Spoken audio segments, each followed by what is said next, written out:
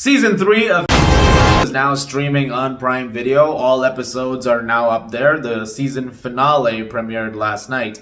I was a big fan of seasons 1 and 2 of and now that we're done with the season, I'm looking forward to talking to you guys about it. But there are going to be spoilers in this video. You have been warned. So without further ado, let's talk about season 3 of In this season, we follow Mark Grayson after the events of season 2, where he's dealing with a lot of moral dilemmas. Everything that happened with Angstrom Levy is obviously weighing on his mind, but he's also trying to be a hero at this point who doesn't resort to actions like the ones that he did. But that's also something that is tested because the threats are getting bigger and more dangerous, and it leads to a lot of very complicated dynamics in Mark's life, especially when it comes to the people that he's known and the people that he cares about. Like I said, I was a big fan of what the first 2 seasons did, and naturally there was a lot of excitement going into season 3 as to how the story would progress. And having seen season 3 of Invincible, I feel like I can say this with a lot more confidence that this is one of the most consistent superhero shows that I've seen in a long while. There is such a great level of detail to the storytelling over here across these seasons, and consistently the quality has been top notch. And season 3 is fantastic. I would even argue that it's my favorite of the 3 seasons so far. I absolutely loved it. There are a few minor gripes that I have, which I'll talk more about later on, but the amount of love and care once again given to these characters is incredible. And the action sequences, as you've come to expect from Invincible, are also still top notch. The character work especially I want to talk about because, again, you're dealing with a lot of stuff that's happened in the last 2 seasons with Mark. And so this season doesn't waste a lot of time getting to the action because at this point you've got the origins, you've got the fallout of said origins when he fought Nolan, and now you're dealing with a Mark who is a lot stronger, a lot faster, and a lot more ruthless when it comes to some things. But also trying to keep a lot of that in check because there are some things he doesn't want to repeat. But it becomes a lot tougher as the season goes on because people that he may have worked with or trusted so far are making him seriously question whether or not, the things that he's doing and the decisions that he's making are for the better. This is especially in the case of Cecil. Now, Cecil is a character that after the last 2 seasons, it's already pretty clear that this is a man who is not exactly the most morally correct when it comes to decisions that are being made. He will often make choices that he believes are for the better, but might not be particularly correct when you look at it from the point of view of a superhero who's just trying to do the right thing at all times and be as good as he can be. And so the 2 of them have a clash, Mark and Cecil, because it turns out that Cecil has a program running at the GDA where he's taking, older supervillains and repurposing them to help. And that's something that doesn't sit well with Mark because some of those villains have done terrible things to people that he cares about. And so there is a confrontation that happens with the 2 of them as a result. It leads to this fantastic episode, I think it's the second one, where the 2 of them do sort of face off a bit. And it is one of the best aspects of season 3 for me. And Cecil's entire origin story that you get leading to the man that you know him as and the moral dilemmas that he faces, but also sort of brushing them aside because he believes that some things just have to be done. There's a great line he says too. He's like, we can either be the good guys or we can be the ones that save the world. And it's kind of the crux of the entire season, and in a lot of ways, a lot of what Invincible, the show, is. Things are going to happen that are going to require the hard decisions. And that's something, again, that this season manages to play very well. This is especially with some of the closer stuff happening with Mark, like with his younger brother, Oliver. When he's starting to develop powers, Oliver wants to do a lot more. And eventually he starts going on missions with Mark to train with him. And sometimes there are things that happen in those missions that are pretty crazy. Like, for example, Oliver is taking on the Mauler twins and he kills them. Now, that's obviously something that echoes Omni-Man's actions, and that scares Mark.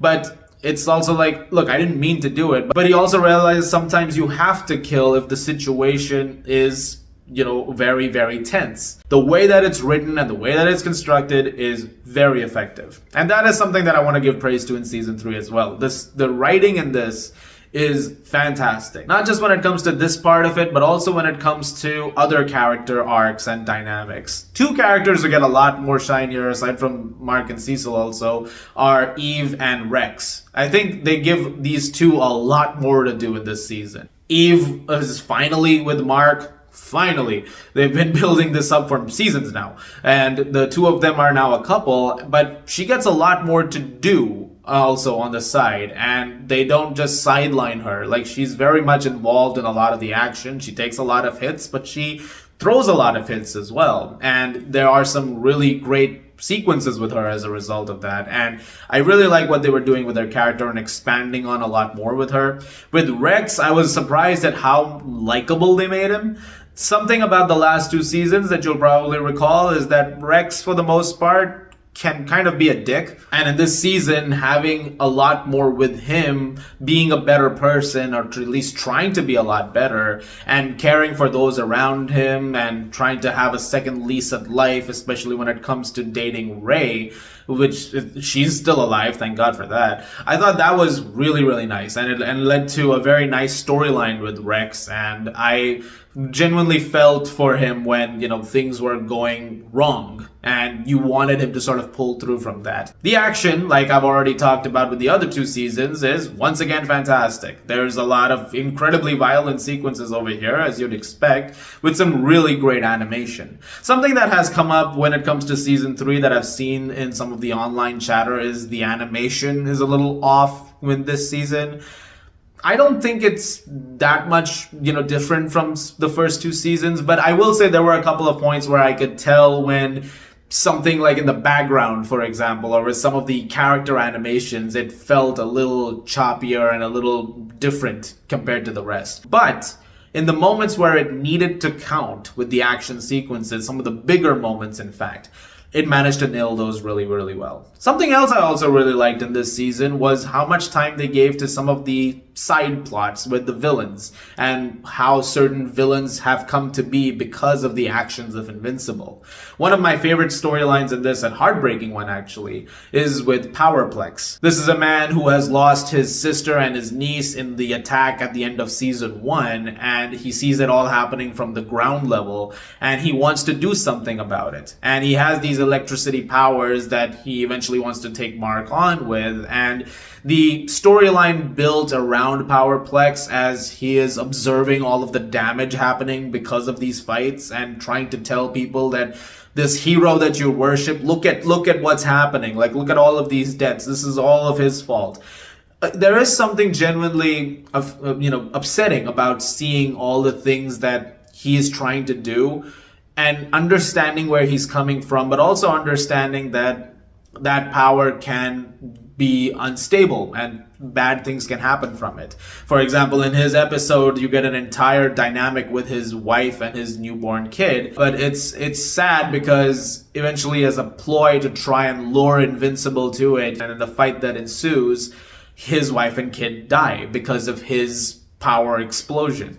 And again, it just goes back to the fact that he believes that all of this happened because of the events that Invincible has been involved in. There's even a point in like the 4th episode, I think, where you follow 2 robbers who are trying to find a different, way of living after realizing that, the life of crime isn't for them. And eventually it all falls apart, but then eventually they have to try and do bad things again because they're trying to make some money, and then Invincible stops them. It's like, it's these interesting ideas that the season plays with that makes it as compelling as it does, as interesting a show as it is. All of this coming to a head in the last couple of episodes when the Invincible War happens and variants of Mark from other universes are sent by Angstrom Levy, who is still alive, to destroy the world that the Mark we know is in. And it leads to these 3 days of absolute carnage, which which are incredibly visceral to witness. And I think they did a fantastic job with that aspect of the story and really pushing Mark to his limits and also pushing the characters that we know to their limits. And in this entire section, we do lose someone, and that is Rex. And Rex sacrifices himself to stop one of the Mark variants, which is incredibly sad because, like I said, you are just seeing this character try to have a better lease at life. Like, maybe there's potential for something better along the way, especially as he seems to be moving into an apartment with Ray as well. But unfortunately, that doesn't happen, and it's an incredibly sad moment. And then eventually, Mark having to take on Conquest. Well, that was brutal. I'm going to talk about the season finale now. That was extraordinary. This is genuinely a hell of a finale to a really great season and a brutal one. Conquest is really, really something. And they did a fantastic job making him this incredibly menacing presence. And the fight that ensues is just phenomenal. I got the couple of gripes about animation earlier. Not in this case. Here it is fantastic. Like they made sure they made this count. And it is really, really riveting. Eventually Eve gets involved and she almost dies, which is an incredibly, tragic moment, but it like pushes Mark again. Like this entire season has been building to him just wanting to just, explode. And that's something that eventually happens in the fight that he's having. Which is also one very funny thing about this. Conquest is voiced by Jeffrey Dean Morgan. And, Mark is Stephen Yeun. Walking Dead, Negan killed Glenn. Now, Glenn is fighting Negan. It's like round 2 with these two characters. It's just a very interesting parallel. I'm sure it was 100% intentional, which makes it even better. So the fact that this fight is happening, and in a lot of ways it ends with the opposite of it, where Negan bashed Glenn's head in, and in this case you have Mark bashing Conquest's head in towards the end of that fight, like headbutting him several times in an incredibly hard way. I thought that was great. That was a great parallel, and it's just one of those things that that makes perfect sense. And so I think it had a really great finale wrapping things up. It sets up some really great stuff for season 4. There is Conquest is still very much in play because Cecil has him trapped in that place in the building in the Pentagon. I don't think that's a good idea, but then at the same time, it goes back to what Cecil says. It's like, look, I want to know about how to stop the Viltrumite war that's coming. So I need to figure out what to do about that. And so clearly that's something that's playing on his mind, even though this might not be the best tactic. But then I think that's part of the larger arc where Cecil thinks he's doing all of the right things. They might not necessarily be the right things, though. That facade will eventually crumble. And it already is starting to crumble because he almost lost the Guardians in this particular season. So, the future is going to be tough for all of the characters. But I think they did a really good job with season 3. I like I said, I had only a couple of minor gripes with it at most. But really, I think this is fantastic television. And the consistency with this show has to be really applauded. I mean, now we're 3 seasons in, and it has kept this incredible momentum all the way to the end, and I cannot wait to see where it goes. This is a fantastic show, and I think if it keeps this up until it's over, it will be one of the best comic book shows of all time. And I'm going to give season 3 an A. Guys, thank you very much for watching. Let me know your thoughts on Invincible Season 3. I'm looking forward to having a discussion with you guys about it in the comments if you'd like to. As always, if you like this, please do subscribe. Thank you very much once again. And hope you guys enjoy the show.